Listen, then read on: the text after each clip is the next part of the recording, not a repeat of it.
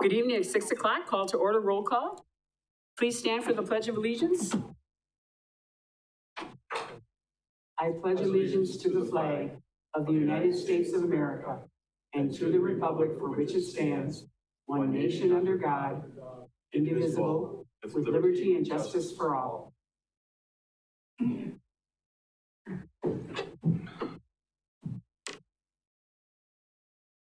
Item C, identify possible conflicts of interest. Seeing none, move on to item D, public comment period, correspondence. At this time, I will recognize persons in attendance wishing to address the council. Upon recognition by me, persons may address the council first stating their name and address. Comments will be limited to no more than 5 minutes, and persons are asked to be respectful when addressing the council. No action will be taken regarding items not on the agenda. However, the council will take comments from the public under advisement. Please note that council members will not respond to your questions or comments. First up, Bruce Krauswitz. Sorry, Bruce Krauswitz.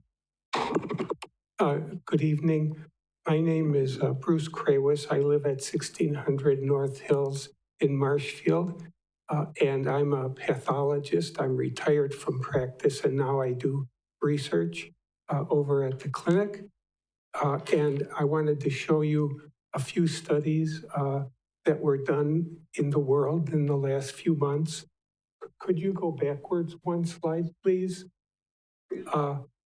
This is a picture that was from a study done in China. And this is an extremely high magnification photomicrograph using a method that's called scanning electron microscopy. And what the researchers did is they took blood clots from people who had surgery. These blood clots came from leg veins or from coronary arteries in the heart or from carotid arteries in the neck, and they looked for plastic. And in 80% of the patients, they found pieces of plastic in their blood clots. And these are just 3 examples.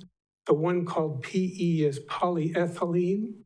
The one called ACR is acrylate, and the one called PP is polypropylene. The next slide, please. The next slide is also a very high magnification photomicrograph.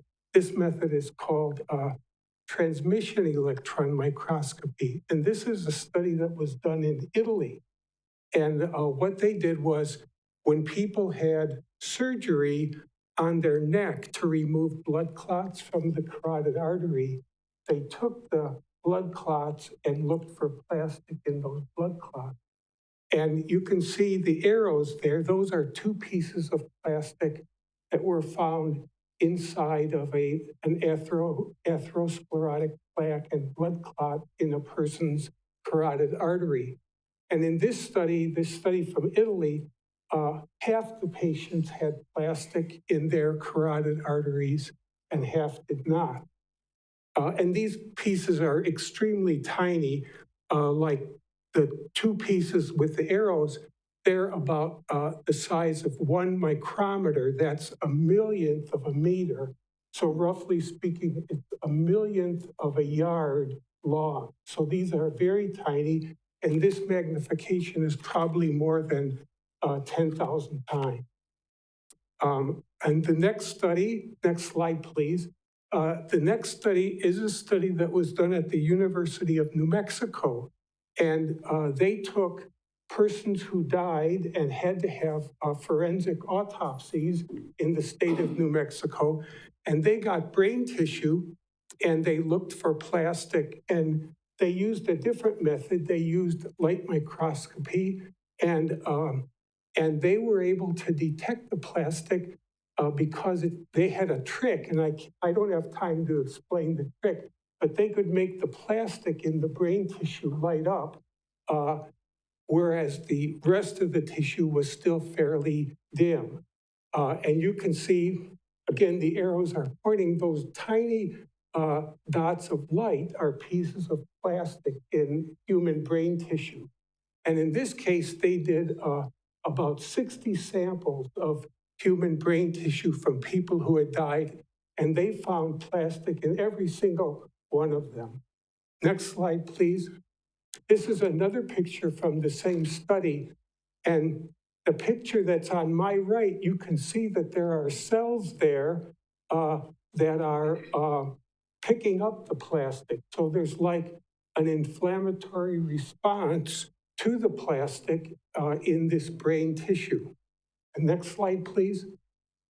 Now, this is a purification of the plastic from brain tissue, and this again is extremely high magnification, and these are shards of plastic from a person's brain. And you can see there's a bar there that gives a measurement, and most of these pieces are about 200 nanometers long. That's 2/10 of a microliter. So 200 nanometers is 200 billion of a meter.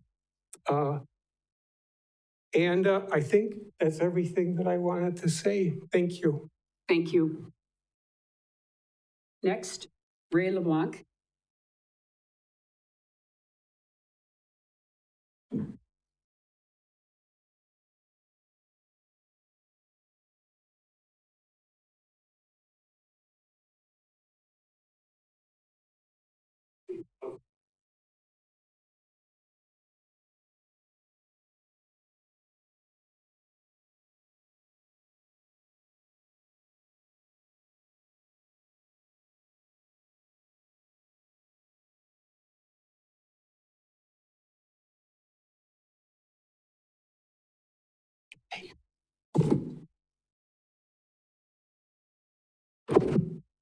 Thank you.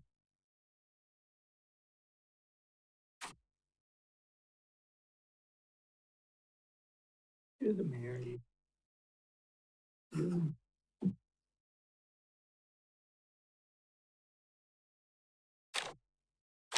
Okay, the mic's on. Okay, good. My name is Raymond LeBlanc. I live here on 6th Street here in Marshfield. The topic I want to speak about, we can start now, Mayor. Thank you, Mayor and the council, for allowing me this time. I'm going to try to make this as quick as I can. I got down to 5 minutes. But I'm here today to address a growing concern of moral decay being allowed to go unchallenged in Marshfield, specifically the invasion of Wenzel Family Park every year by the Rainbow Pride LGBTQ plus crowd that continues to promote their obscene behaviors to children. This is where I'm at. This organization has become more aggressive in their grooming techniques of innocent little children, especially with their all-age friendly drag queen shows. The picture you see was taken at the Wenzel Family Park during one of their pride events. A man in woman's clothing grooming a child. Grooming is just as much a psychological act as it is a sexual one. The tactics used to groom anyone, especially children, are abuse, period. Drag shows are adult entertainment, and tipping always entails a more sexual and explicit performance. Let's not sugarcoat this as family-friendly entertainment any longer. There is a 4,000% increase in girls identifying as trans or non-binary. That should be alarming to everyone in this room. There is a 7,000% increase in youth identifying into the LGBTQIA trans queer rainbow organization. That should be just as alarming to you all. Many of the youth being targeted and recruited into the organizational movement are autistic. They're vulnerable and they have underlying issues of comorbidities. They make them susceptible to the deception of this movement.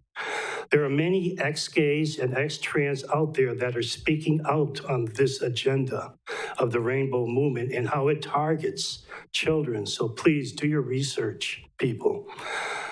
The activities found at the Pride celebration should not be public displays, nor should children be allowed to be present. This is the grooming of our children. This immoral community is condoning sexualized and perverted behavior in front of children right in the middle of our city. How can anyone think or feel that this is acceptable? It is not.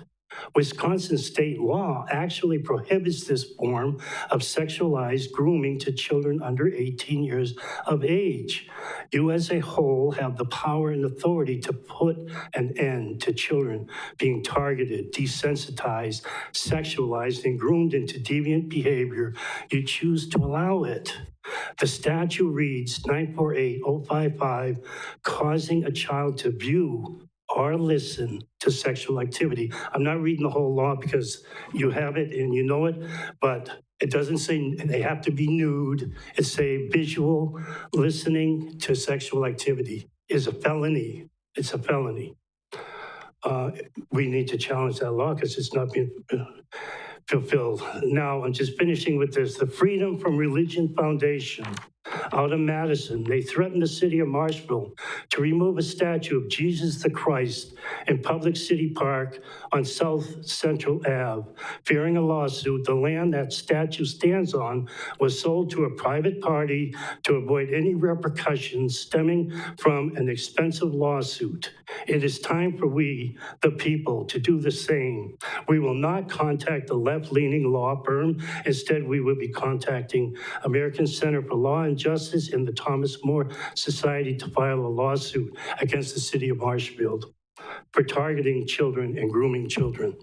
We have past and present documented video, photos, and et cetera, and we will continue to document any and all events involving this deviant organization. We, the people, will be filing a lawsuit against the city and the mayor personally for allowing this lewd and lascivious behavior to continue in our public streets and in our public parks. I urge you all to put a stop to this. Thank you for my time. Thank you. Next up, Mike Phil.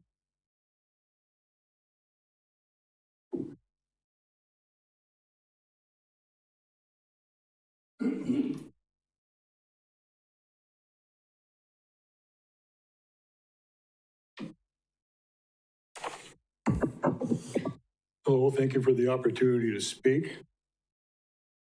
I'm Mike Phil. I live up at 507 West 7th Street in Marshfield. And these are comments from a lady who brought her children to the drag queen show on the 21st. Didn't know what she was going to see. She was a little bit alarmed. These are her comments and some other comments as a response to it. Here are the comments to this Facebook post. Let's see how unpopular I am. Brought the kids down to the splash pad in Marshfield to cool off on a 92-degree day, and they have to listen to the drag queens ask the crowd on microphone who's bisexual, who's asexual, who's on and on. Really? The Pride celebration is set up and doing their dancing around, provocatively dressed in the same vicinity as the small kids. Oh, but that's not good enough. They had to come and dance and wiggle around right on the splash pad. Go ahead, unfriend me.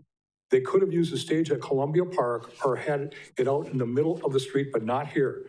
And before you ask, I have friends that are gay and live wonderful lives together, some for over 20 years, and I celebrate the love they have for each other. But this, it's all about flaunting their sexuality. Here are the comments to this Facebook post. Just an FYI, I forwarded this to Mackie, as did another person, and never even got a response. Way to go, Marshfield. I agree. I have family and friends who are gay or lesbian. Their sexual preference is their choice. To display this kind of behavior in front of children shows that this group of people do not respect themselves or the people around them. And the staff of the park that allowed this to happen in front of children shows that they don't have any morals or common sense. Child Protective Services and the police should have been doing their job. You know, I said the same thing to my husband. They need to find a more private venue, the way those who want to see it can. That way those who want to see it can. It's not a family-friendly event for small children. Poor taste, but I do feel it is important they live their best lives just like anyone else. I agree. They should have gone elsewhere. Their sexual preference is their choice. To display this kind of behavior in front of children shows that this group of people do not respect themselves or the people around them. And the staff of the park that allowed this to happen in front of children shows that they don't have any morals or common sense. Child Protective Services and the police should have been doing their job. Again, thank you. Thank you very much. Are there any other citizens' comments? Any other citizen comments? A third time, any other citizen comments? Seeing none, move on to item E, approval of minutes, January 24th, 2025. Motion by Alderman Tompkins, second by Alderman Dellis. Any questions, comments? Seeing none, please vote. Mr. Werman? Yes. Mrs. Spiros? Yes. That motion passes. Thank you. Staff updates. I'm not aware of any this evening. Mayor's comments. I have received more calls of anything since I've been mayor about the terrible tracks on Central and Veterans Parkway. Some exciting news to share. If you've been over the tracks or have not been, please try it out because they are a lot smoother. Woohoo! I think it's just great. They're not perfect, but they are a whole lot better than what they were. Item H, council comments. Seeing none, city administrators update. Thank you, Mayor. I have several. The first couple pertaining to upcoming meetings. Just a reminder to everyone that tomorrow night at 5:30 in this room, the council chambers, we will have a meeting in which the Visit Marshfield Board of Directors has been invited. And we'll talk about issues related to our agreement with them and possibly looking to a new agreement in the future. Also, just a reminder that on July 17th and July 31st, which are both Thursdays, at 6 p.m. each night, we'll be here in the council chambers for our capital improvement plan workshop meetings. And then ultimately from those workshops, we'll be bringing a capital improvement plan to the council sometime in August for your consideration. I've heard from most of you now regarding setting up strategic planning meetings with our consultant for the end of August or sometime in September. There's still 2 of you I haven't heard from. If you could please respond to me, that'd be great. And I'm pulling the results and we'll see what might be possible to kick off that process.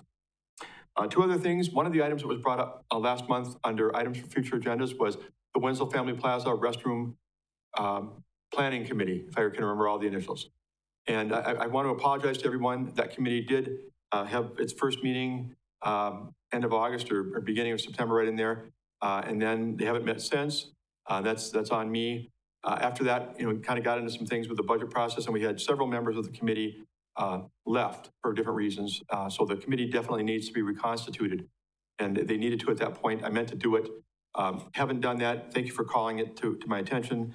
I'm going to reconstitute the committee, and we'll get their first meeting sometime probably during August, I would think, and get that process rolling once again. So the other thing I want to mention is just that I handed out before this meeting a development agreement, and that's for an item on the agenda tomorrow night after the time with Visit Marshfield. And if you want to keep that and take it with you, fine. Otherwise, give it back to me at the end here. I will send it out probably with a memo later tonight or first thing tomorrow. That's an item that just was added to the agenda today, but it will be for your closed session tomorrow evening. And that is all that I have. Thank you, Steve. Item J, reports from commissions, boards, and committees.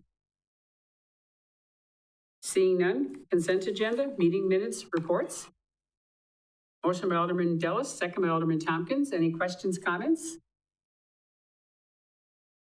Seeing none, please vote. Mr. Werman? Aye. Mrs. Spiros?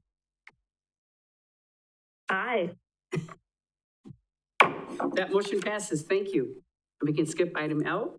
Item M, presentation, Mackey Quarterly Update presented by Sierra Sterner Huffner, Business Development Director, Marshfield Area Chamber of Commerce and Industry.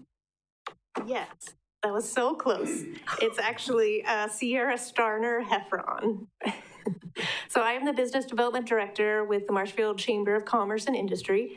And I'm just here to share briefly what I've been up to the first quarter of the year. Just give you some quick highlights.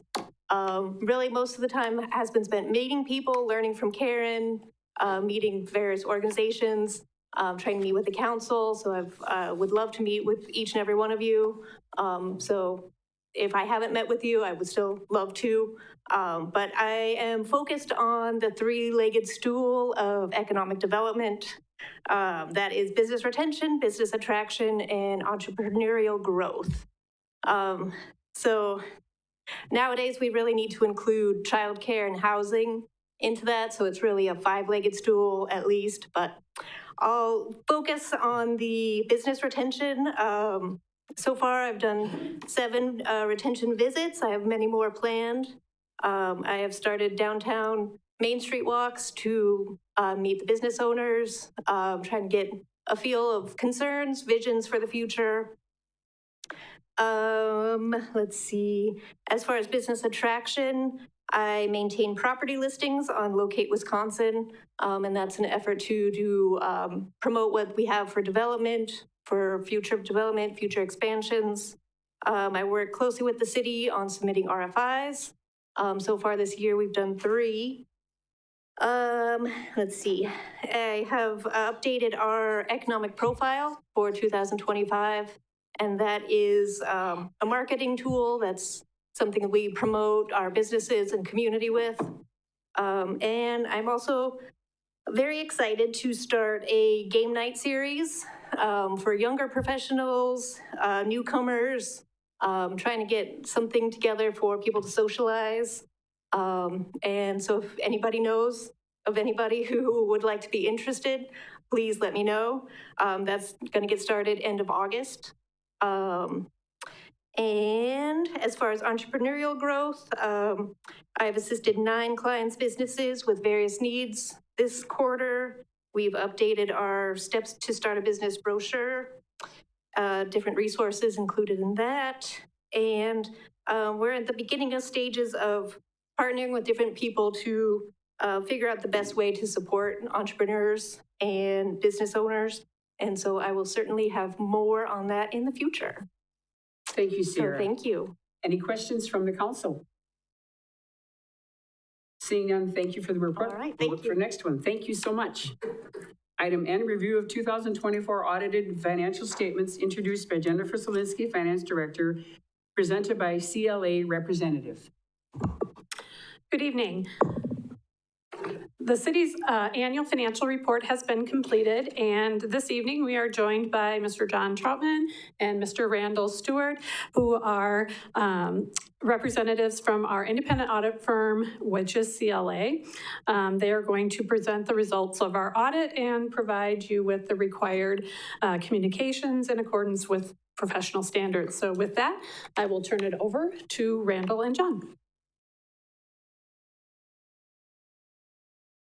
Good evening. As an auditor, it is my job. It's actually Stuart Randall, not Randall Stewart. Yeah, that's the auditor and me coming out. Thanks for having us tonight. We want to go through, John and I, but primarily myself, to go through the results of the audit, which covers the financial period of the year ended December 31st, 2024. So, taking a step back before you take the step forward, starting soon, looking at the, I don't know how, 2026 budget already. Time flies. So I'm just going to dive right into, first off, explaining what the scope of our audit is, because it changed a little bit this year. So every year we are engaged to look at the financial activity of the city. That's what the financial statements cover. But every now and then, the city receives federal awards. And if you expend a certain amount of federal funds every year, currently that threshold is $750,000, we have to do a bit of an expanded audit, and that's called a single audit, which takes a look at your federal and state grants to make sure that you are following appropriate internal controls and you are in compliance with those grant awards. Just spending a little bit of extra time on this because it's not something that you guys have every year. So this past year, there were 2 grants on the federal side that caused you to be over that $750,000 threshold.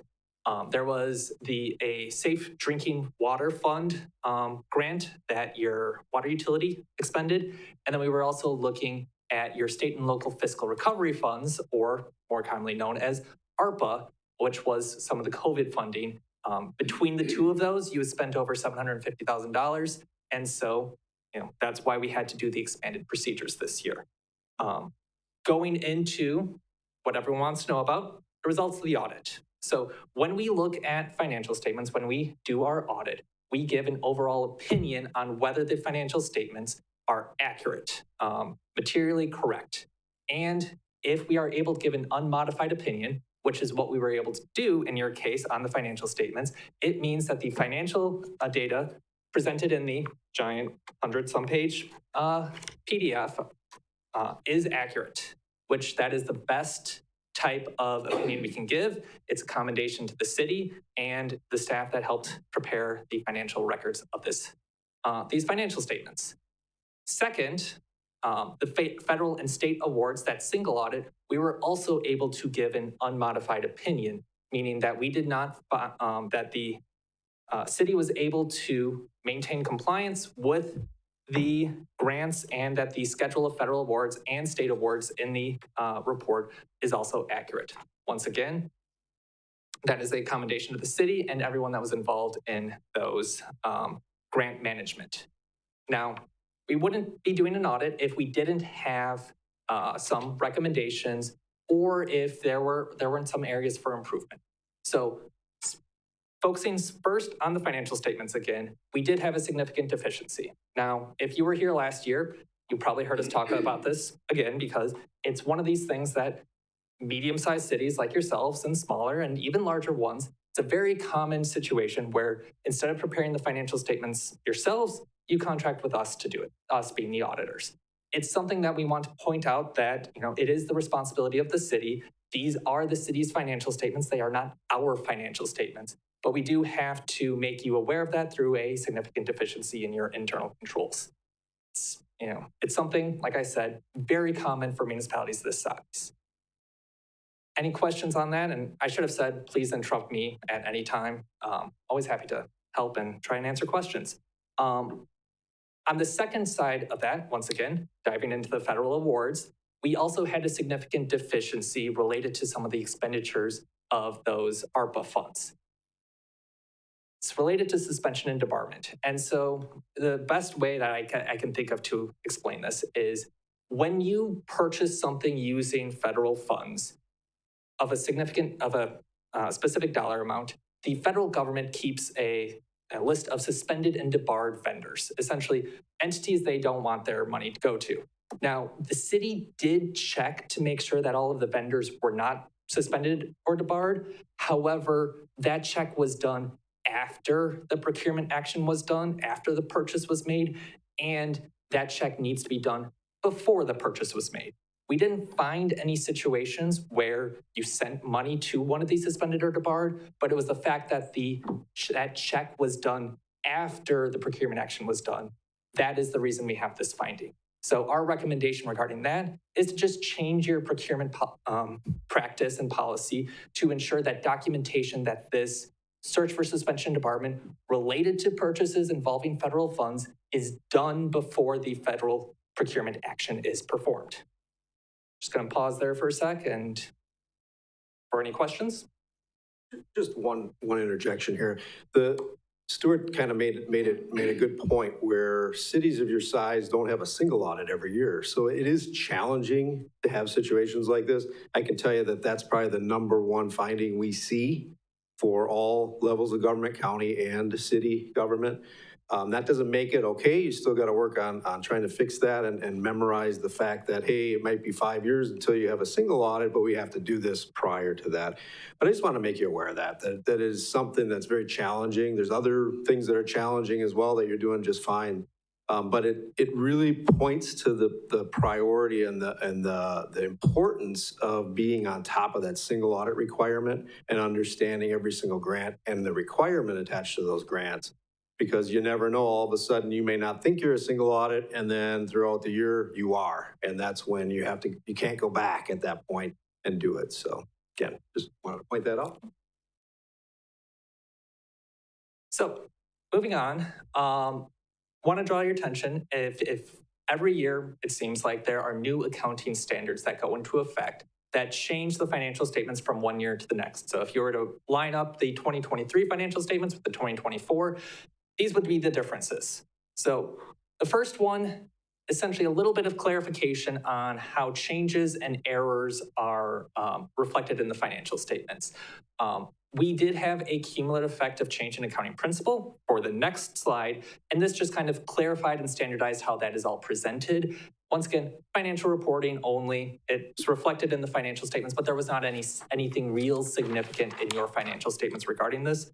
The slightly more substantive one was this GASB 101 for compensated absences. We briefly talked about this last year, but it changes how the liability within the financial statements for accumulated leave benefits is presented. So previously, the liability was focused on only benefits that would be paid out if someone leaved.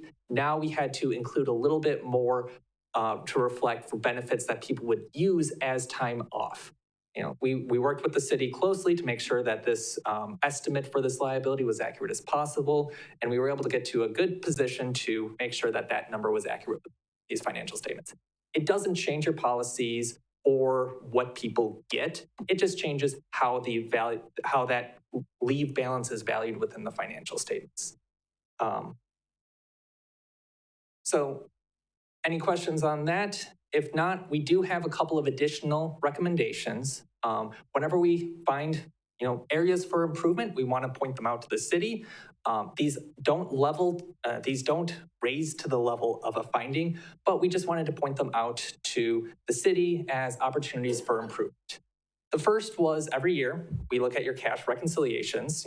Cash is kind of a big thing for most governments. And we look at the reconciliation process to make sure that it is effective and working correctly.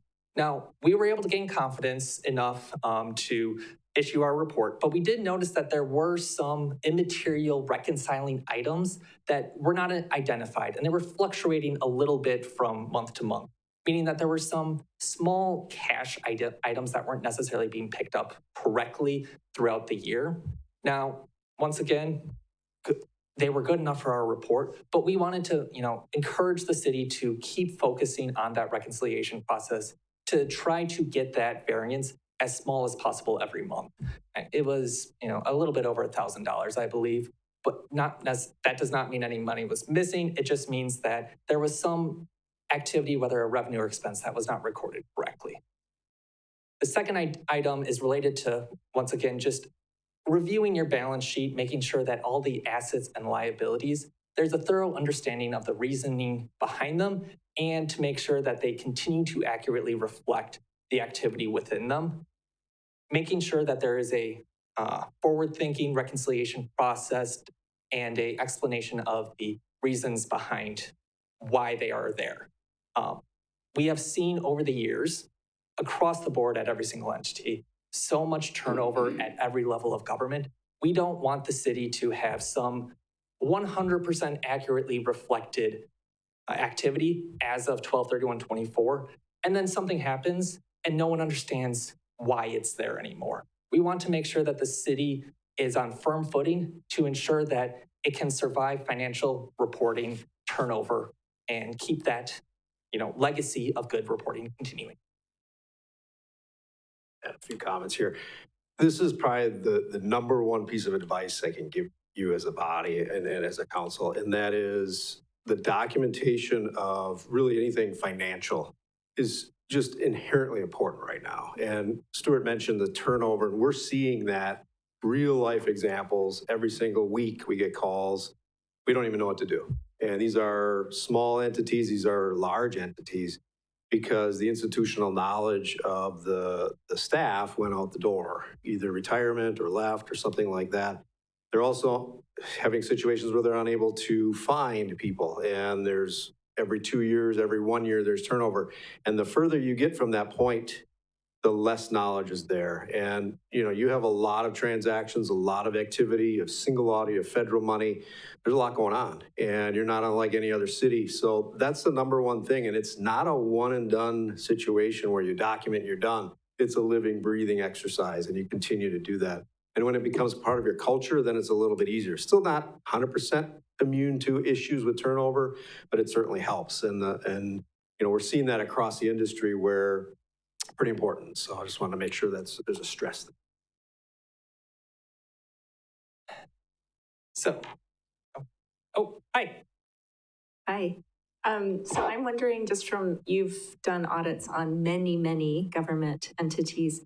Do you have suggestions that you'll give to our staff about things that you've seen that have worked well? Things like that? Yes, and we regularly, have a open dialogue throughout the year with Jennifer, Jordan, and your entire staff. I mean, I think Jordan called me today about some questions regarding some entities. So whenever we can provide that feedback, we try to do it immediately. We don't wait for, oh, we're here in December, we're here in March. We want to help the city throughout the year. My biggest recommendation is to just every now and then take that step back and say, look at your trial balance, look at the accounts, what's happening, and if I were to not be here, if I were to have walked into this position without any clue, how would I go about trying to figure this out? What this is, why it's here, what's the history? And so it's just that periodic review to think, I may know this, but what would happen if I didn't know it? When you guys come back next year with next year's audit, do you think you could give us a little bit of a sort of not a metric, but just to say like, hey, last year you were here and you've improved, or some sort of thing? Otherwise, it might be nebulous for us if it's sort of the same recommendation, but there's nothing that we really know about that. Yeah, that's a good point. I can see where you're coming from. The best way to do that is, I could give you all the examples in the world. I could give you kind of a list or ranking, but that's my opinion. What the best way to do it is to prioritize and do what Stuart just said, and then prioritize. So there might be some things that we've got really good documentation, we do that really well, and that's true. That's absolutely true. There might be some areas where, yep, we do that pretty good, but we need a little more education, a little more knowledge on that. And then there might be some areas that, yeah, this is pretty complicated. We tend to reach out to the auditor a lot, and those will be high on the priority list. And make that priority list yourself as a city. And it may be a short list. It really may be. It probably is in your case. But then you can hammer out. So we get calls all the time, for example, special assessments are one that tends to be a little bit more complicated, property tax roll reconciliation, things like that, where we'll get calls and we will provide educational sessions for that, just one-on-one outside the audit time, just to go through the various components of that. And that usually really helps and kind of prioritizes. Then it's not a big, huge project, it's little tiny pieces, and then your staff can really take that to heart, so.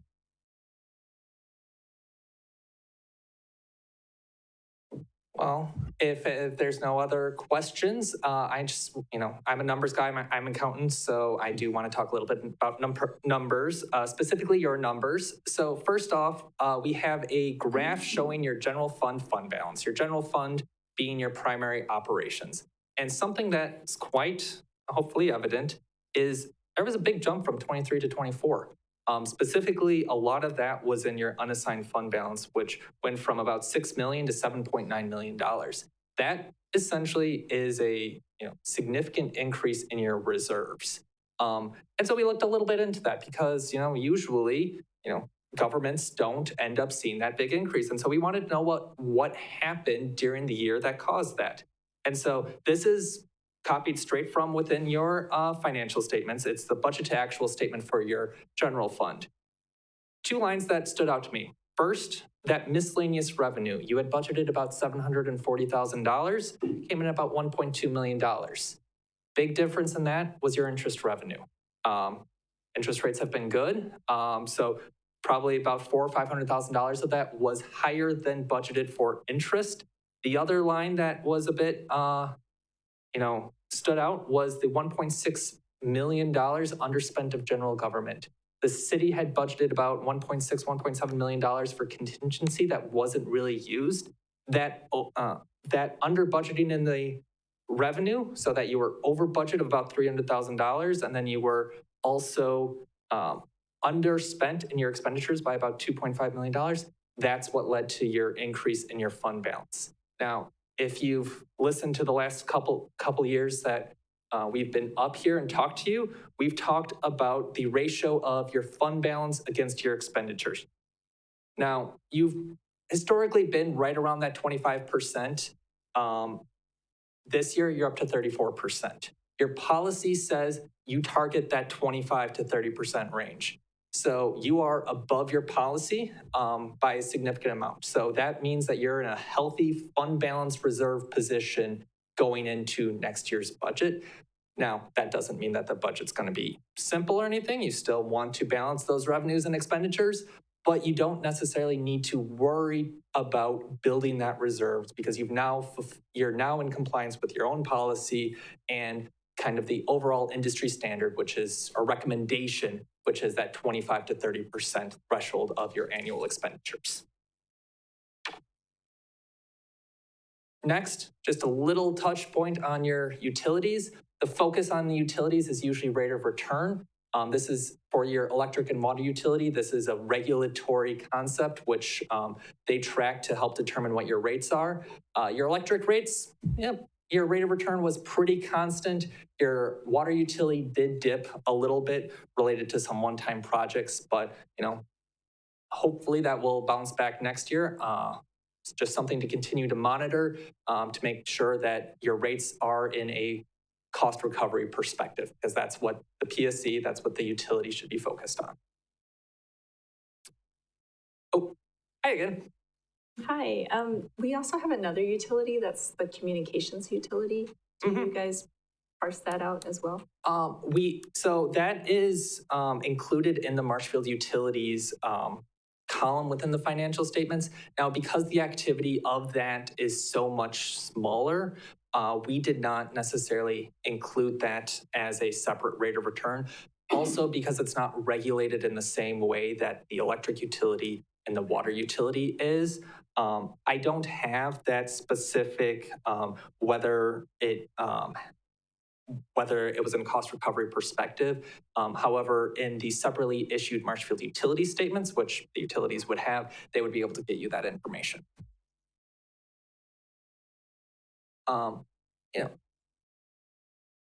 So that was my joy with numbers. In terms of industry insights, just wanted to essentially open the door to, have these as potential discussion points. If any of you wanted to talk about any of these items that we're seeing affecting the local government industry. Overall, the economy, we already touched on labor shortages, at least on the turnover side of things and retention, cybersecurity and technology costs. We're seeing threats increasing reports of threats affecting municipalities with ransomware and hacking and phishing attempts, and then the political and legislative uncertainty. Not going to get too much into that in terms of what's happening at the state level or federal level, but it is definitely something that we're monitoring closely and can help the city if there's any assistance requested. Diving a little bit more into cybersecurity, you all have this, but here are some areas that we can help the city if it's so requested. I don't feel the need to read that, but John has some additional comments.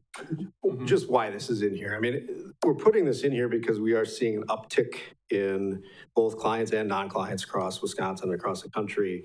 And you have a great team here that 24/7 is trying to combat this like everyone else. But we're seeing a lot of stuff getting through. And, again, I just want to make sure that you're all aware of that. And some of the best teams out there are still having problems. So just make sure that, you continue to put effort into that and continue to test your processes and make sure they're working. And again, the bad actors are out there and they're trying to get at you. So just make sure you're aware of that.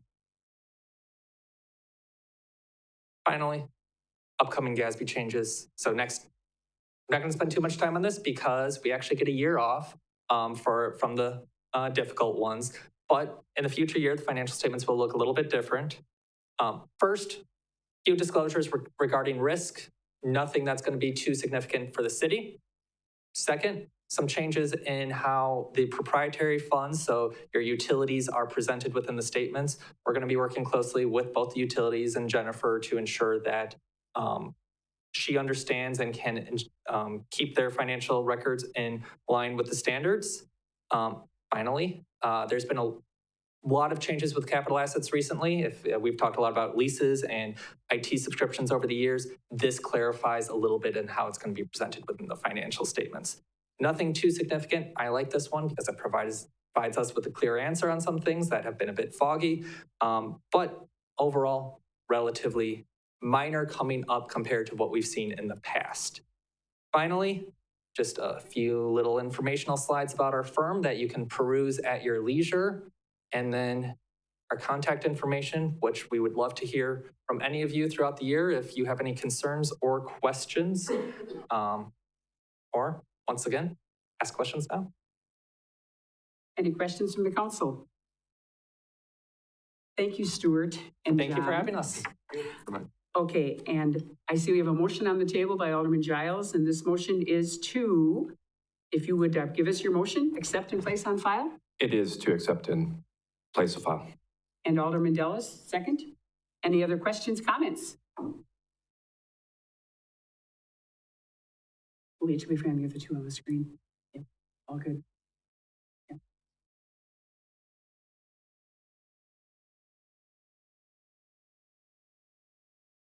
Seeing none, all those in favor, please vote. Mr. Werman, Yes. Mrs. Spiros, Yes. That motion passes. Thank you, gentlemen. Item O, presentation 2025 borrowing, introduced by Jennifer Solinsky, Finance Director, prepared by Kayla Thorpe, Associate Municipal Advisor from Ellers. All right, so the city is in the midst of issuing general obligation promissory notes in order to finance our 2025 capital improvement plan. And this evening, Kayla is joining us via Zoom, and she will go over all the details of the proposed issuance and provide an overview for your consideration. Thank you, Jennifer. I'm going to share my screen. I know you guys have this in front of you, which is a copy of the pre-sale report for the city's $9,785,000 general obligation issue, and this is Series 2025A. There's a lot of literature contained in here. Most of it is to meet legal requirements and inform you of certain features of the notes. None of these are outside of the normal and things that you haven't seen before or been through the city's process. The only thing that may be changed that is still new this year is the general obligation promissory notes. Last year, state law changed to allow promissory notes to be amortized over 20 years and used for any specific purpose that the council deems. Really expands the ability to have borrowings happen over multi-year projects and the flexibility to reallocate dollars where if a project falls through or is under budget. With bonds, which you may have issued before, you were locked into that specific purpose. So if you borrowed $1 million for roads, you had to use the $1 million on roads, even if the project that was borrowed for was falling through. And so notes provides a little more flexibility and has essentially made bonds no longer existent in the state of Wisconsin.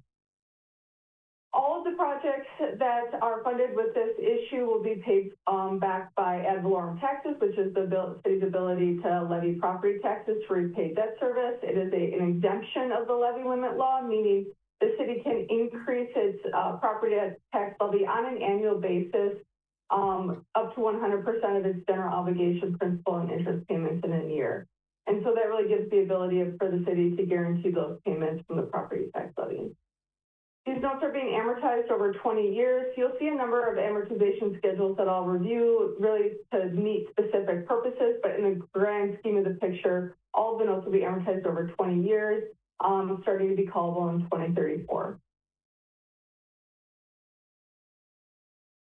You are going to be adopting a parameters resolution later in the meeting to set a certain set of parameters that the bids that we will take next month must come in as, and if they meet those certain parameters and the lowest winning bidder meets the parameters, it designates Jennifer or Steve to authorize and award the sale. We did this last year, and it really allows the flexibility for us to hold a sale that on a date that does not correspond with the council meeting and provides greater visibility and potential interest rates to the city. And so we outlined the parameters here. They are also outlined in the resolution that the city's bond council Quarles and Brady has drafted. Just reviewing the schedule, today we are reviewing the pre-sale report with you all. We are having a rating call with Moody's Investor Service on July 21st. It is our intent to distribute the official statement, which is essentially the city's prospectus, to potential investors on July 28th. We will be taking bids on the notes on August 4th and awarding the sale thereafter, and closing on the funds on August 28th, meaning they will be in the city's bank account on August 28th to start to pay for projects that have been authorized. The next couple exhibits walk through the existing debt profile of the city, and then where does this additional borrowing put the city's debt. The city currently has outstanding principal and interest payments of about $58.7 million in total.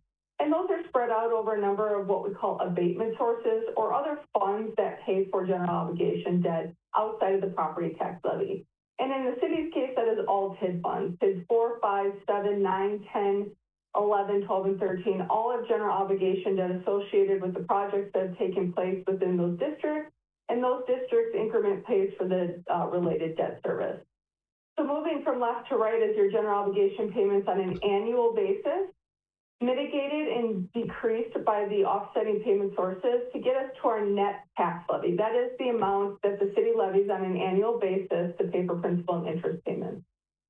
We project that out on an equalized tax value basis. Obviously, your assessment ratio will change annually, so to have the most apples-to-apples comparison, we do this on an equalized basis.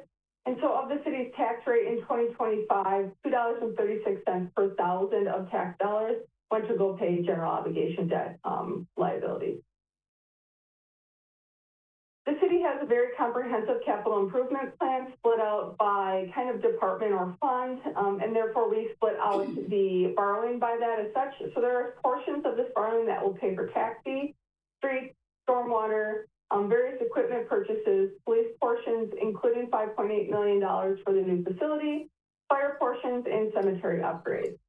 Cost of issuances are included in the borrowing, meaning the city does not have to come up with additional dollars over and beyond the borrowing. All of the agencies involved will be paid from the proceeds, and issuance costs for this borrowing are $245,463. We have accounted for some temporary interest earnings to invest the funds to earn interest until when they are needed to pay project costs. Very conservative at 3.5% for about 4 months until the majority of the funds are used. Obviously, that will fluctuate, but if spent within 3 years, the village or the city does not have any arbitrage liabilities. Very small here, but the next page is that allocation and maturity schedule by source, taxi, streets, stormwater. The city's goal and debt policy aims to amortize each of the projects or purchases equal to what their useful life is, and we try to match that as much as possible while maintaining our target tax levy goal. And so that's why you'll see these different schedules for the fire and the cemetery and the taxi portion, while everything else is amortized over 20 years. But in the end, the city will be paying off of one repayment plan, a repayment schedule, and that is here at the far right-hand side of the exhibit. Now we take a look at how this will affect the city's net property tax levy, adding on additional debt that will start to be paid in 2026. And that's where if you go to the orange piece on the far right hand, that will add in. And our target tax levy is kind of between the $200,000 and $280,000 annual variation as we build in new debt to really maintain the city's tax levy, so we don't have peaks and valleys related to debt service tax levy. The city has quite a bit of debt that will be falling off in the next few years, as evidenced by a declining tax rate after 2026. And so part of our planning process with the city is building out that 5-year capital improvement plan and related debt issuances to really get a handle on what the effect on the tax levy will be. Because as I mentioned, it is our goal to avoid peaks and valleys, because that will have a direct effect on your taxpayers. Meaning 1 year where new debt hits, your taxes may increase, the next year it falls off, the following year comes back on. So when we structure new debt, we really try to stabilize that property tax levy as much as possible. And that goal is really achieved here and can be achieved in future debt issuances pending council authorization. So there will be an approximate debt service tax levy increase of about $267,000. of which on a $100,000 home is about $244 over and beyond the prior year. And this is on an equalized basis, not an assessed basis. Over the 20-year life of this note, the financing plan will cost the average homeowner $590 in total.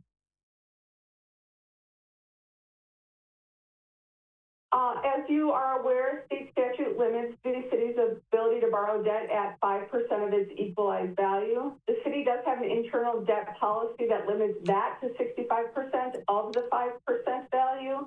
My analysis here only shows what the statutory limit is, of which the city is well under that. It currently is at 42% of its statutory debt limit. Adding on these notes will get us to 51% of the debt limit with a residual capacity of $57.5 million that the city still could borrow on a general obligation basis.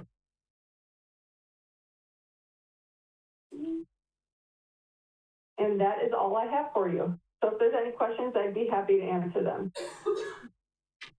Thank you, Kayla. Alderman Tompkins? Thank you for the report and thank you for helping us every year. We appreciate that.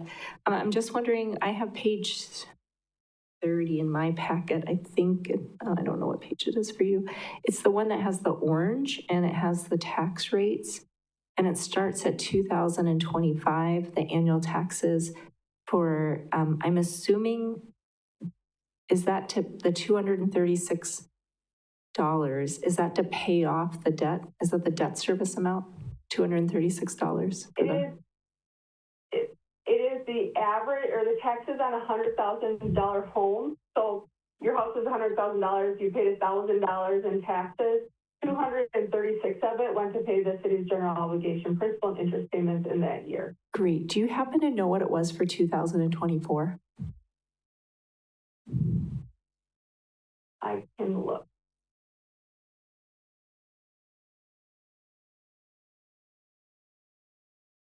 One second here.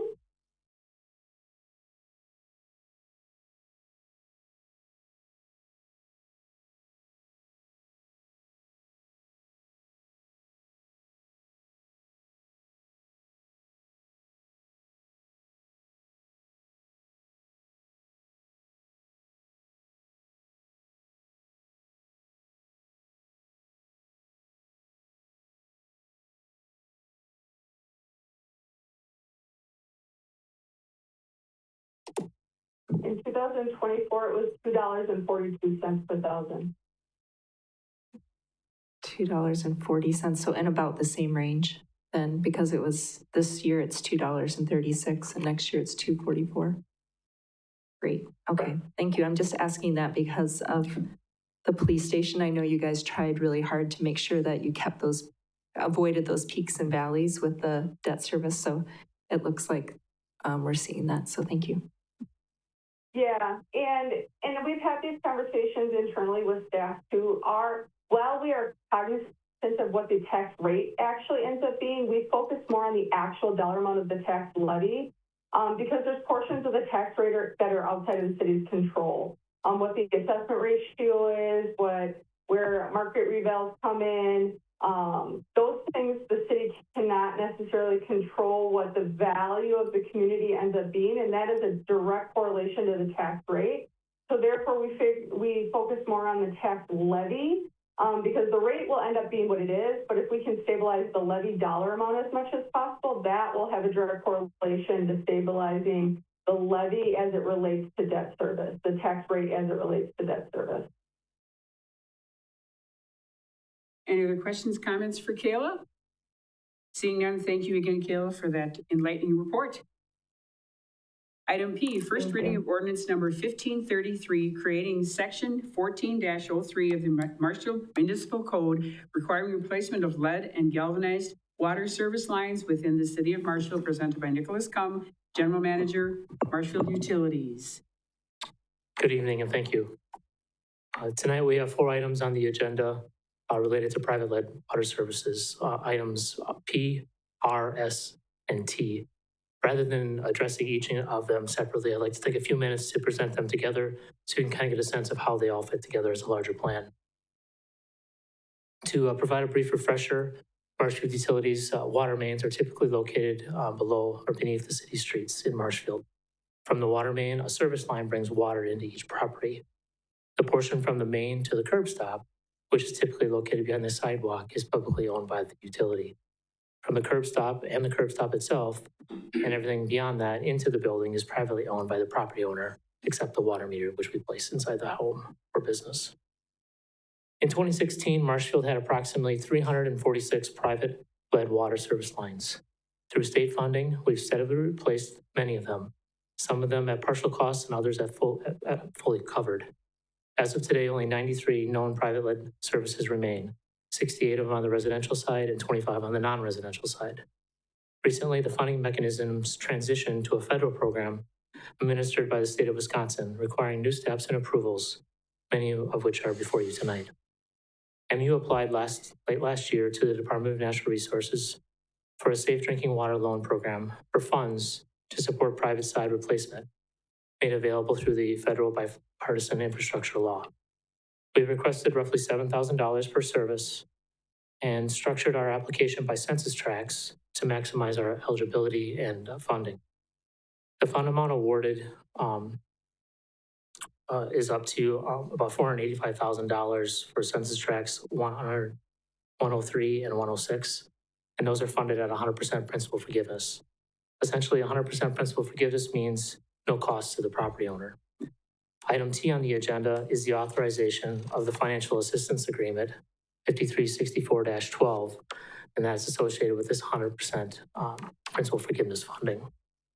For census tracts 102, 104, and 105, we were awarded a 75% principal forgiveness and 25% loan. The final amount awarded for the 75% principal forgiveness totaled just over $101,000, and the 25% loan totaled just under $34,000. To meet the requirements of the loan, we must provide a pledge or a guarantee for repayment. The general obligation notes option was selected as the means to provide the required pledge because it was the most cost-effective, offered the greatest likelihood of achieving full replacement, and is the most straightforward for our property owners to understand and benefit from. The Utility Commission approved providing funds from the utility to cover the cost of the loan, the roughly $34,000. This approach will ensure all property owners, regardless of their location or census tract, will receive effectively 100% funding. However, property owners may be responsible for the cost of a curb stop replacement if that's needed during construction. The cost of a curb stop is roughly $325 per service. Item S on the agenda is the authorization of the financial assistance agreement, 5364-11, which is associated with this 75% principal forgiveness and 25% loan funding. Item R on the agenda is the authorization of the general obligation promissory notes, which is the pledge for the 25% loan repayment. Essentially, the city, on behalf of the utility, is pledging to repay the loan. The amount the Common Council is authorizing is the max amount, as the final loan amount will be based on the actual usage or disbursement of funds. So as you can think, we have 92 services. As each one of those is done, it'll chip away at that amount till we get to all of them. The loan can be repaid in full once the project is complete. And as I mentioned, the Utility Commission has already approved funds to repay all the loan amount. So again, the repayment will be handled by the utility and there will be no funds that are coming out of the city's general fund to support this. Together, these funding packages will save the property owners with private lead services over $620,000 to get their water service replaced. Item P on the agenda, the one I'm up here for at this point, is the first reading of Ordinance 1533, which creates Section 14-03 of the Marshfield Municipal Code requiring the replacement of lead and galvanized water services. The success of the lead water service replacement hinges on three key elements. First, the funding, a contractor, and then finally, property owner participation. I've obviously talked at length already about the funding, and you can see that that's available. Next is a contractor. We have a contractor lined up to complete all of the replacements. We worked through a bid process this spring to find a contractor that would handle the replacement of all of the remaining private lead water services. Van Wright Plumbing of Green Bay has been selected through a competitive bid process. Their pricing is slightly below the total amount of funding that we've been awarded by the state, and they have a proven record of completing replacements in other communities in Wisconsin. They anticipate completing the removal or replacement of the 92 or 93 services in about 6 weeks. Property owners may still choose to hire their own contractor. However, given the requirements of the program, they will not qualify for any state assistance in that replacement.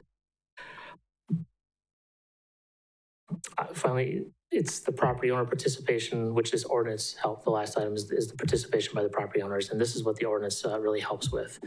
The ordinance provides the authority to establish a replacement schedule deadlines and a legal mechanism to ensure compliance with that replacement schedule. The Utility Commission has approved a schedule to support this ordinance, obviously contingent on your approval of the ordinance itself, and is fully supportive of the ordinance adoption.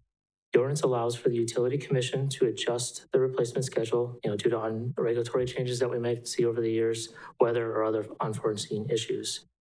But it provides a means for immediate effectiveness and then long-term replacement enforcement, once we get through the first round of the known lead services. As you can imagine, we're dealing with infrastructure that's below the ground, stuff that dates back to the 30s and 40s and more recent. So our records are good. We've done a number of things to figure out what's in the ground, but there will be things that come up over the years into the future. And that's why it's imperative that we have a short-term vision with this ordinance to take care of what we know today. And then we pivot in the future to have a long-term focus for anything that may come up in the future. So this is the first reading of Ordinance 1533, and therefore no action is required this evening. However, I'd welcome any comments or questions you may have. Thank you for that report. Any comments, questions from the council? And as Nick stated, that is our first reading. So in 2 weeks, we'll revisit. Alderman Weigel. Thank you, Mayor. I've got a number of questions here. Do I just run from the top to the bottom or? Sure. Okay. Just for my edification, Lori Kozba, who's she? She is an attorney with Orban and Clark. She specializes in the water industry. Okay. And he's somebody that we use at the utility. And you may remember, I believe you were on the council when we dealt with a lot of those PFAS issues. Okay. She was the one that phoned in with us. Cool. And then for the city attorney, what was your opinion on the ordinance? Acceptable or changes? I did review the draft, and I didn't have any concerns in terms of format, what you want to do, and some of this was left to the PSC subsequent to my review in terms of, some of the details. But I did review the form. I didn't have a problem with the form. Okay. Section 3, sub number 2, survey and inspections. Upon notice isn't defined. So can we get a definition in there? So like either written notice or something like that, and then probably a time frame. Because as it stands right now, I could call you up and say, hey, here's your notice. I'll show up in 20 minutes and you're out. So we probably should tighten that up a little bit just to define it.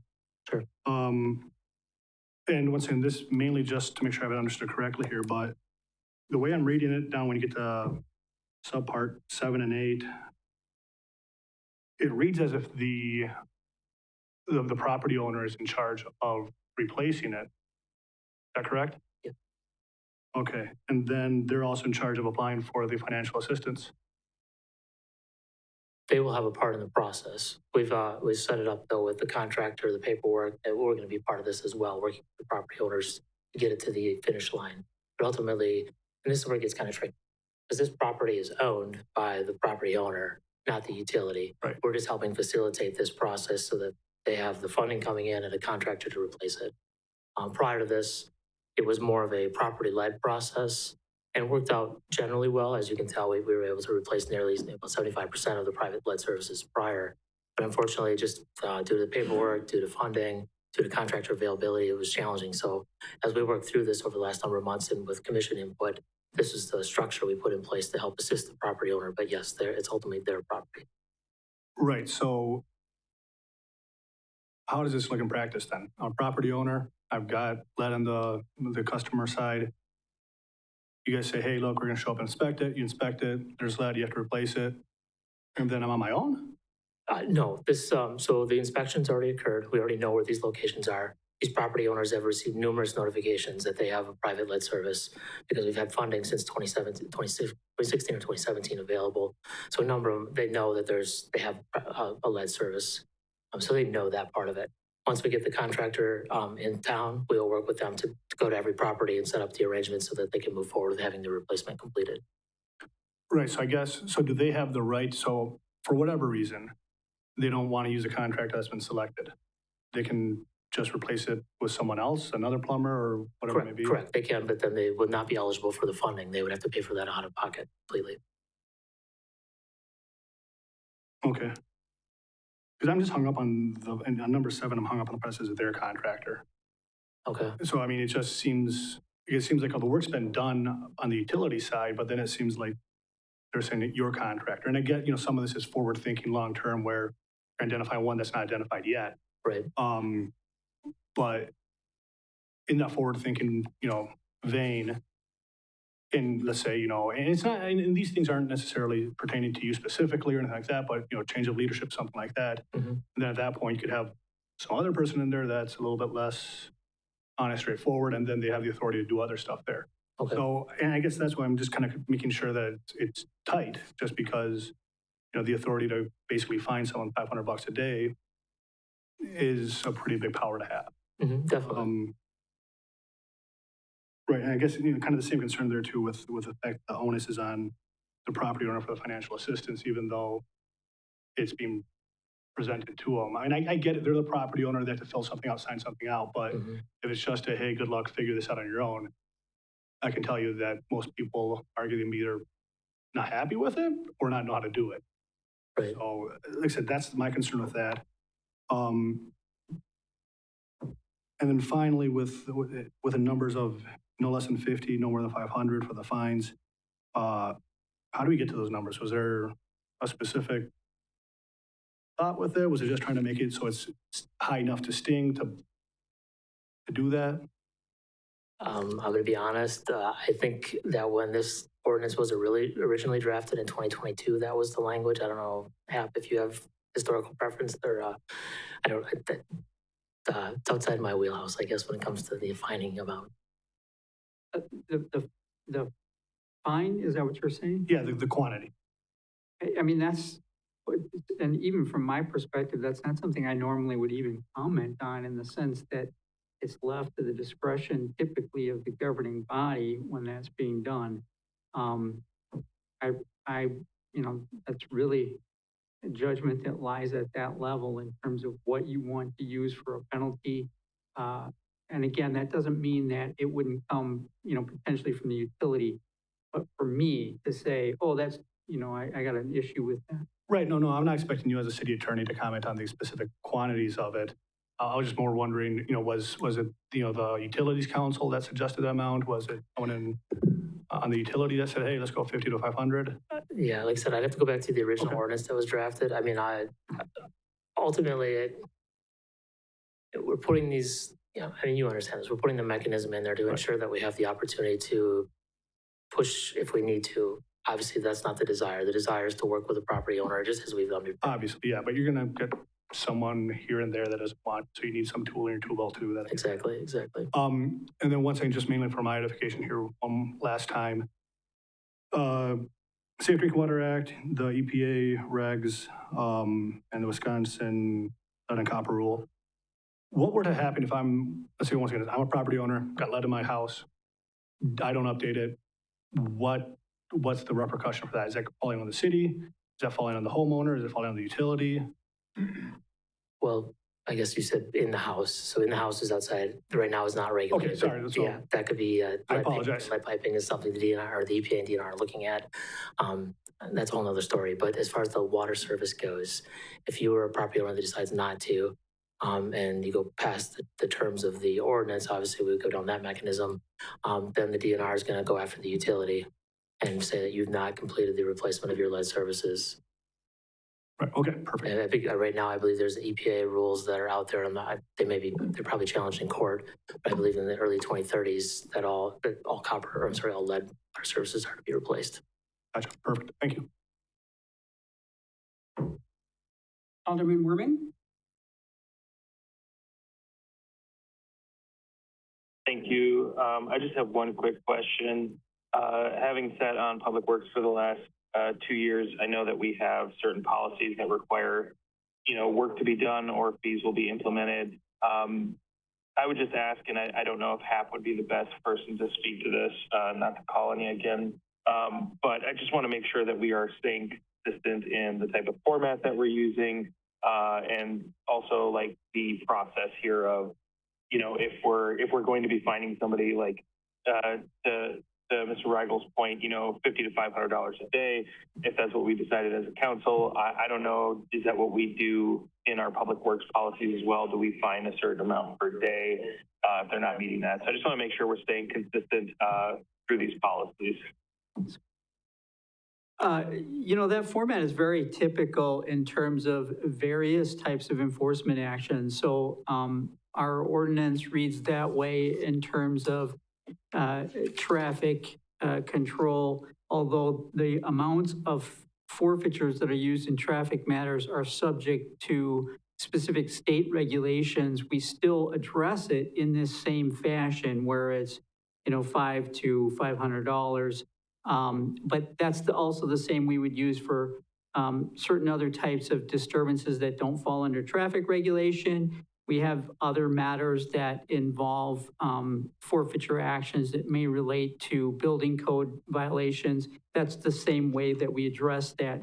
The reason for that, in part, is because you're leaving for those enforcement officers, right? The city code addresses that there will be certain officers of the city that will enforce various code provisions, okay? So building services for things that relate to building violations and those types of violations.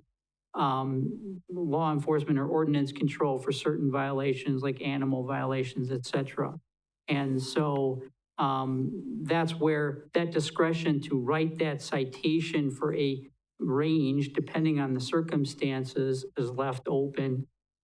Ultimately, though, even though you set this in your ordinance, if matters are going to be handled and prosecuted through the municipal court, there's a bond schedule that then gets approved through the municipal court process as well.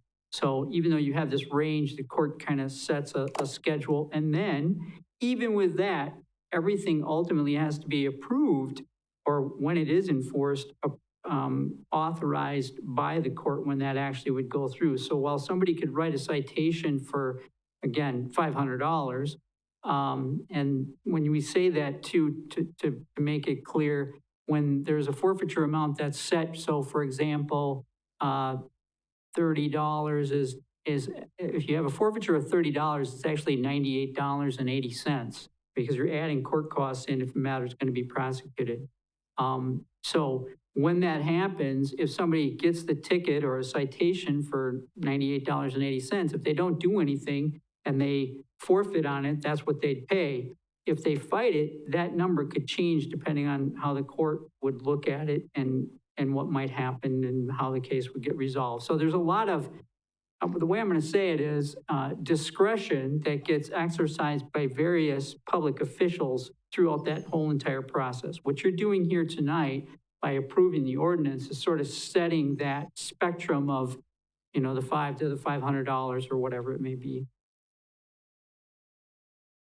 And that is typical in terms of your question was ultimately, is that how we do other things? The answer is yes. Thank you. Any other questions from the council? Thank you, Nick. Oh. I'm sorry. Oh, Mr. Reigel? Thank you, Mayor. No, this is not for you, Nick, so you're okay. Mr. Wolfgram, going back to when you're just talking about here about the discretion and, the range of 50 to 500, there isn't any guidance on how to assess that. So there isn't any, qualification of based on the degree or anything like that. Are we open to any potential challenges to that because you don't have that defined? No, I mean, again, so you've got a process that's being used. So you as a body are setting that spectrum of potential forfeitures that could be applied. The officer that is then administering that would have the discretion to exercise that within reasonable judgment. And then everything gets measured under due process, like most legal matters. So the idea that setting it like that or doing that, that's typical of almost all forfeitures. The only difference being that, again, in traffic matters or certain matters, it's already, set up for a specific. And like I said, When it comes to the municipal court, there's actually a bond schedule that gets applied. So there's like a set bond amount that would be applied through the court if a ticket is actually issued for something. And though there may be some variation in that, the court has oversight. Okay, so the court could alter the quantity of the forfeiture? The court could, correct, even though you're setting this here, the court likely will schedule put it together a bond amount that would apply to most tickets for, a first offense or whatever it might be. We basically have a bond schedule that applies for almost all offenses in the city that get run through the municipal court. There may be some that have variations only because they're so atypical, the court hasn't gotten around to setting a bond amount. Another example of that would be building code violations. Court doesn't really get into, sort of setting that specifically because they vary so much in terms of the type of, problem that created the violation that's being enforced. But ultimately, it's the court that makes that decision. So even, for example, I used the idea that somebody might get a citation with a bond amount, $98.80. When it goes through, the court, in theory, could even if somebody defaulted, say, I'm not going to set that at $98.80, I'm going to make it $73.60. I mean, that could happen on a particular violation. And, why would that happen? Politically, the court sort of looks at one violation over the other and just doesn't like the level of the forfeiture amount that was cited. Right, okay. Thank you. Thank you, Nick. Thank you. Item Q, request to approve resolution number 2020-2025-21, authorizing the assurance and establishing parameters for the sale of not to exceed $9,785,000 general obligation promissory notes, Series 2025A, presented by Jennifer Solinsky, Finance Director. Okay, so here we have the resolution that our municipal advisor, Kayla Thorpe, discussed in her earlier presentation. Just a recap, the notes are going to be payable over 20 years. The city will levy taxes equal to the amount necessary to pay all principal and interest payments as they come due. The proceeds of this debt issuance will be invested in a brokerage account and drawn as actual project expenditures are incurred. So with that, I would ask for your approval of resolution number 2025-2021 for the issuance of promissory notes not to exceed $9,785,000. We have a motion by Alderman Varsho, second by Alderman Cran. Any questions, comments? Seeing none, please vote. Mr. Werman? Aye. Mrs. Spiros? Aye. That motion passes. Thank you. Item R, request to approve resolution number 2025-22, authorizing the issuance and sale of up to $33,762 taxable general obligation promissory notes and providing of other details and covenances with respect thereto, presented by Jennifer Solinsky, Finance Director. All right, so General Manager Cum just went through all of the programs that we are looking for approval tonight. This is the actual resolution for the borrowing of general obligation promissory notes up to the $33,762, which will cover the 25% that is not funded through grants by the DNR. So with that, I would ask for your approval of 2025-22 for the issuance of those notes. We have a motion by Alderman Fire, second by Alderman Dellis. Any questions, comments? Seeing none, please vote. Mr. Werman? Yes. Mrs. Spiros? Yes. That motion passes. Thank you. Thank you. Item S, request to approve Marshfield Utilities Safe Water Drinking Water Loan Financial Assistance Agreement 5364-11, 75% principal forgiveness, 25% loan, presented by Nicholas Cum, General Manager, Marshfield Utilities. And Nick has presented. Did you have anything else that you'd like to add to that? No. Okay, well, I have to ask because you never know. You could have think of something from there because Mike's sitting back there looking at you. We have a motion by Alderman Varsho, second by Alderman Tompkins. Are there any questions, comments from the council? Seeing none, please vote. Mr. Werman, Aye. Mrs. Spiros, Aye. That motion passes. Thank you. Item T, request to approve resolution number 2025-23, authorizing Marshfield Utilities Safe Water Drinking Water Fund Loan Financial Assistance Agreement 2053-64-12, 100% principal forgiveness, presented again by Nick Cum, General Manager, Marshfield Utilities, which has been presented. Any extra comments? No. Seeing none, we have a motion by Alderman Tompkins, second by Alderman O'Reilly. Are there any questions, comments?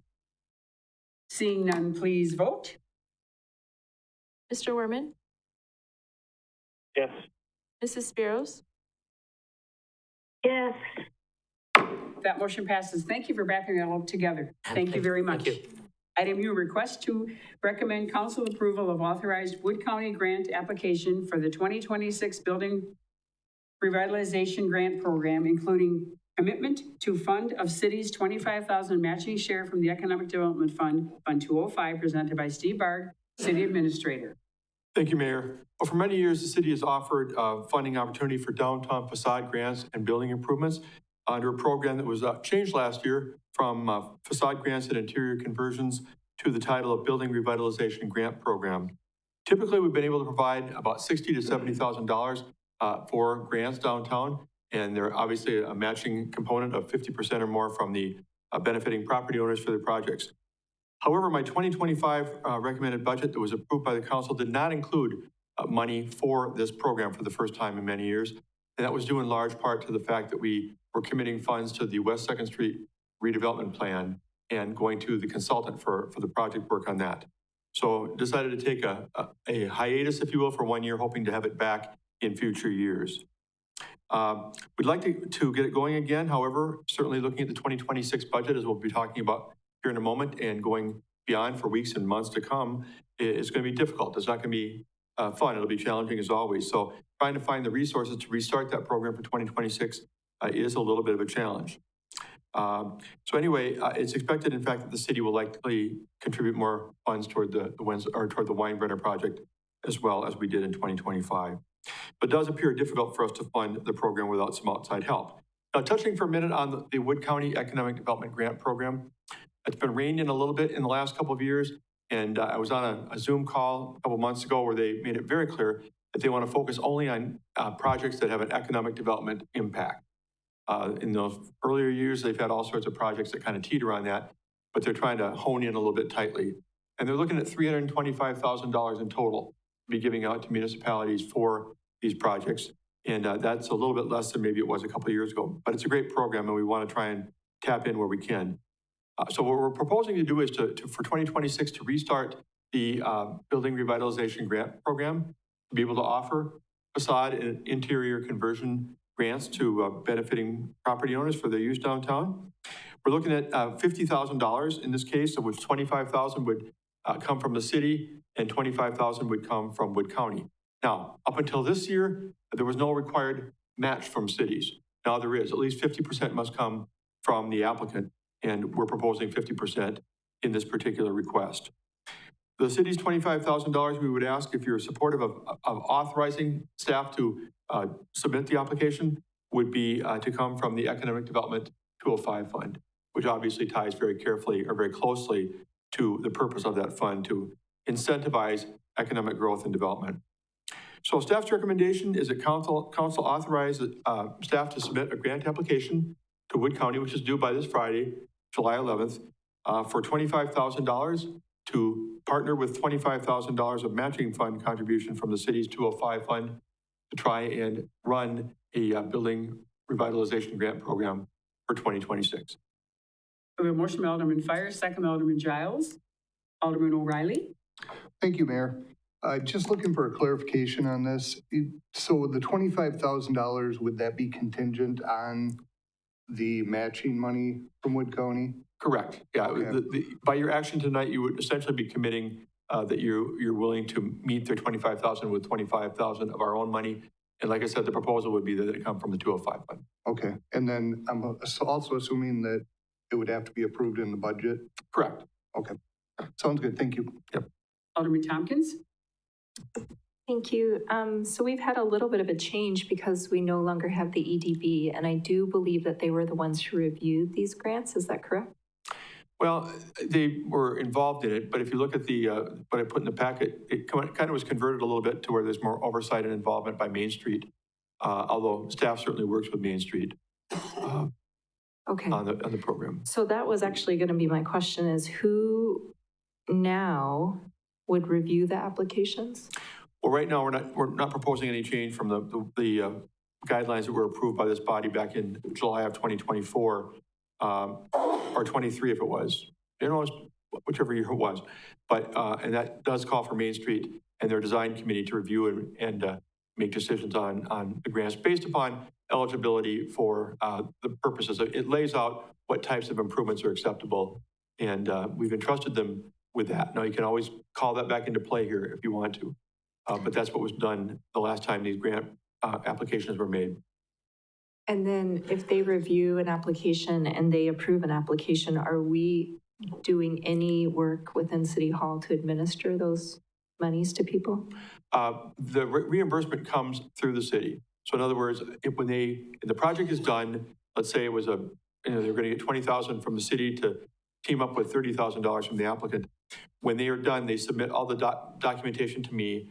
I review it to make sure that it's in fitting with two things. It's in fitting with the application they submitted and all grant requirements. And at that point, if it meets those criteria, I submit it to finance for payment or reimbursement.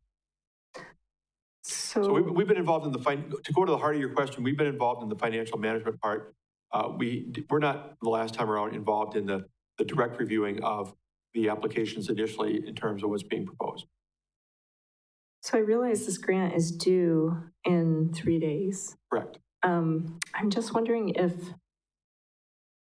is this something that the bid board should, I know there's been a lot of talk about should the bid board restructure, or Main Street restructure and things like that. I'm just wondering if this sort of program and this sort of funding should actually come from the bid taxes instead of coming from economic development. And the reason I'm saying that is, I'm just throwing that out.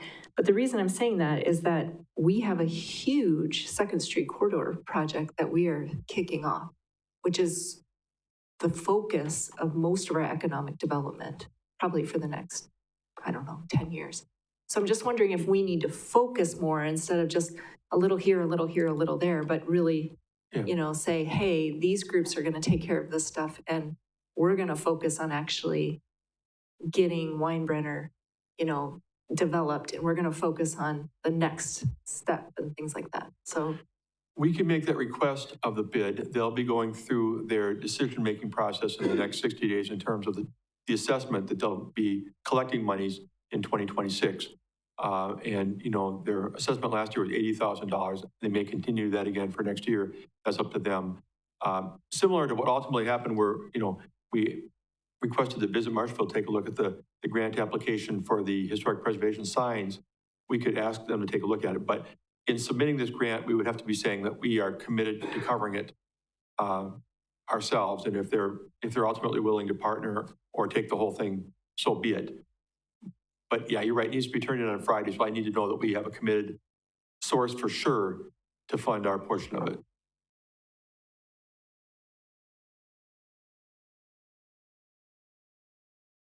Alderman Spiros?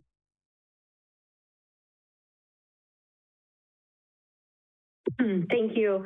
I'm going to be a no vote on this, and I want to explain why. Our budget is going to be tight, and I would rather see that $25,000 go back into services for the residents rather than, personal businesses, the interiors of their buildings that they should actually be 100% responsible for, in my opinion. So I'm going to be a no vote on this because I would be a no vote on it in the budget season anyway.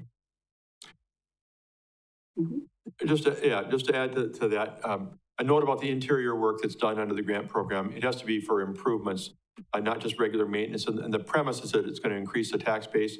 But I do respect the question, obviously. Any other questions, comments?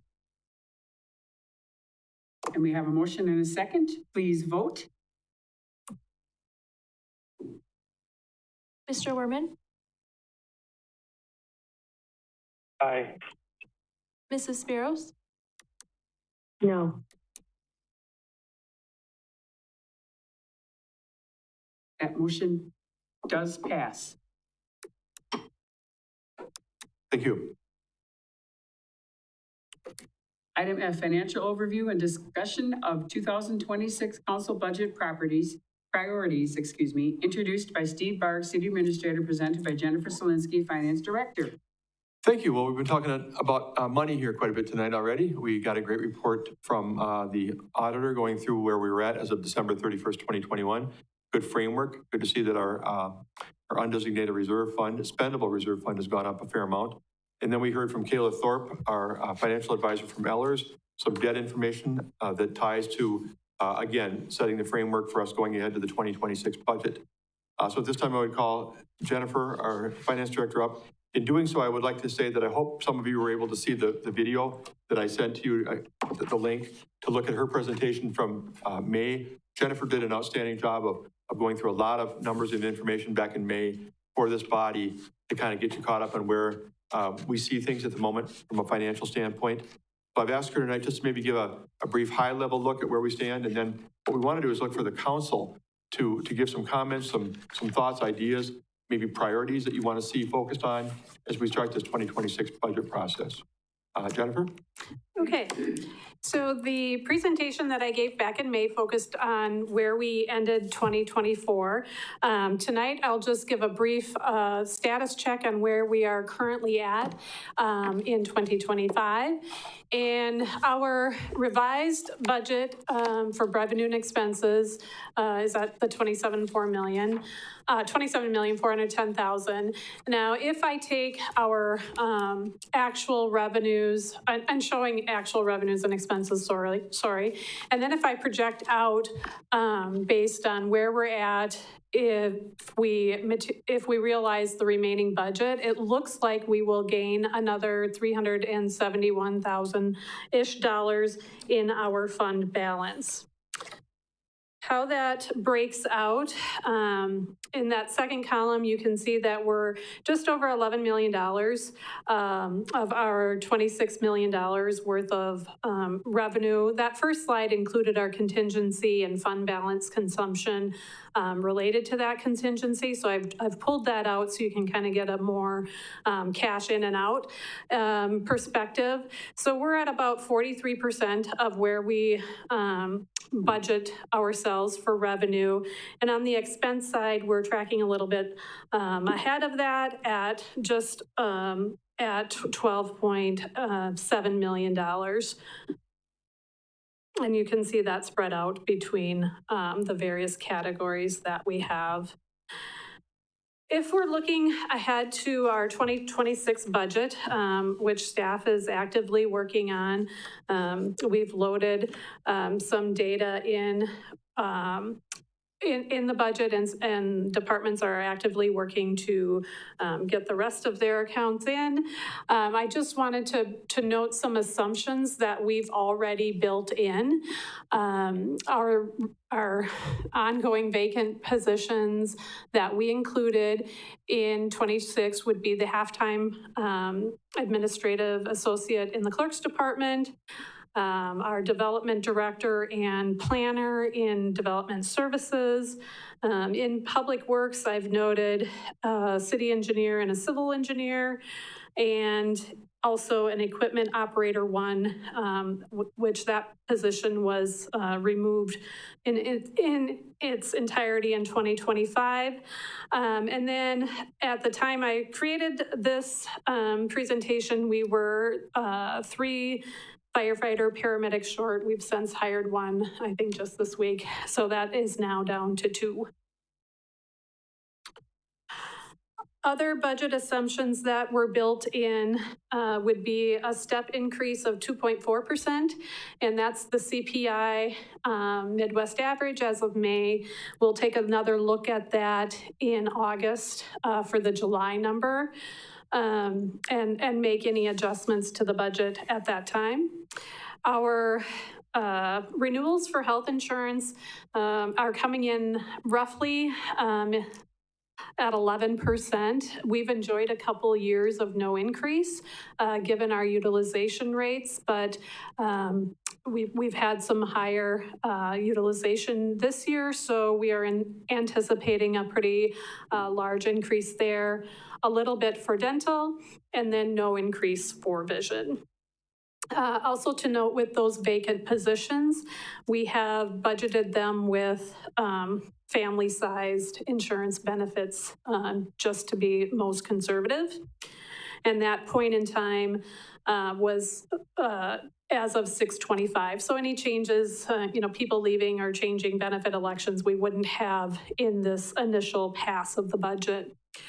Our WRS rates are moving again. In the general, they'll go up a little bit, protected with Social Security, which is mainly our police, will go down just a little bit, and protected without Social Security, which is our fire, we're seeing a little bit of a decrease in the employer cost. The participant cost will be 7.2% across the board.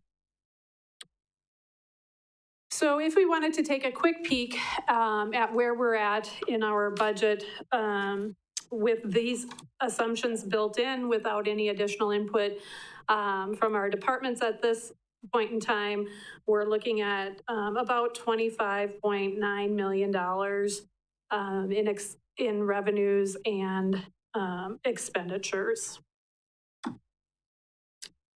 If we wanted to look at a little trend between 23 actuals, 24 actuals, where we're projecting to go for 25 and 26, we're pretty much flat across the board if we're looking at our general government functions, which are our admin, public safety and public works are tracking right around the same percentage, as well as health and human services, parks and rec, and so on. So not a lot of shifting, material shifting going on between those types of classifications.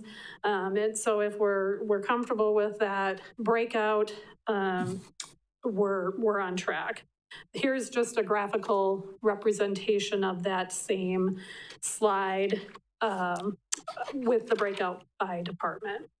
So at this time, looking for any guidance that you might have in terms of that distribution of expenditures across the different classes of the city, or the assumptions that were built in surrounding headcount and budgeting for all of those kind of ongoing vacant positions. If you have any direction at this time that you just want to not even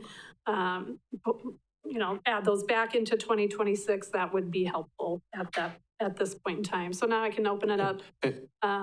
Yeah, and if I can add to that before we start discussion, thank you, Jennifer, that was great. We're looking for anything from the very broad for the 2026 budget of categorical or functional areas that you would like to see more spending or less spending or different things done, or down to the more specific things that you're like, I'd like to have this particular area of the city spending examined more and some information given to help you make decisions. We're just looking for anything that will give us beginning help, because right now, as Jennifer mentioned, department heads are beginning to put together their budget submissions. They need to get them in by the end of the month. Anything that would help us see where you want to go in terms of your priorities and your thought pattern for the budget would be helpful. Alderman Giles? Yes, so I would really like to prioritize the same thing I've kind of for the last 3 years, and that's parks and recreation. I came in thinking and saying that bringing more families in was important, and I think that is the most important part of bringing families in, is having the right parks, recreation, giving them opportunities, and just I think that's really where I want to focus on. Thank you.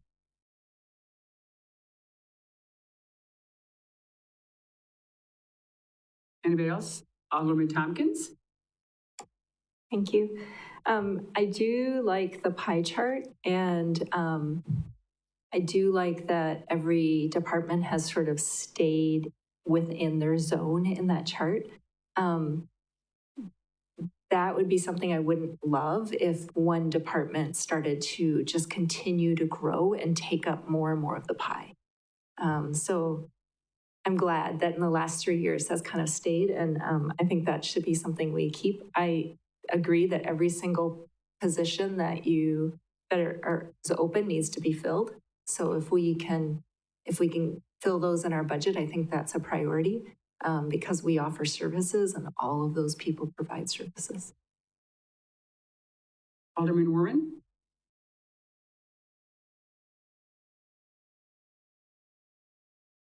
Thank you. I really would like to hone in during budget season this time on what our baseline is for each department. Baseline being to keep the lights on. You know, what is the absolute bare minimum that we have to just stay alive as a department, and then look at the extra spending in each department completely separately. I think as a budget process, we've kind of made the mistake, and I'm sure prior to me being on the council, but these last 2 years, A, we're getting into it way too late, and B, when we get to it, it's all thrown at you at one time, and it's all blended together, so it's very hard to determine what's a priority, what's a need, what's a bare minimum. So when you challenge an item, it's very tough when they're like, well, we need that.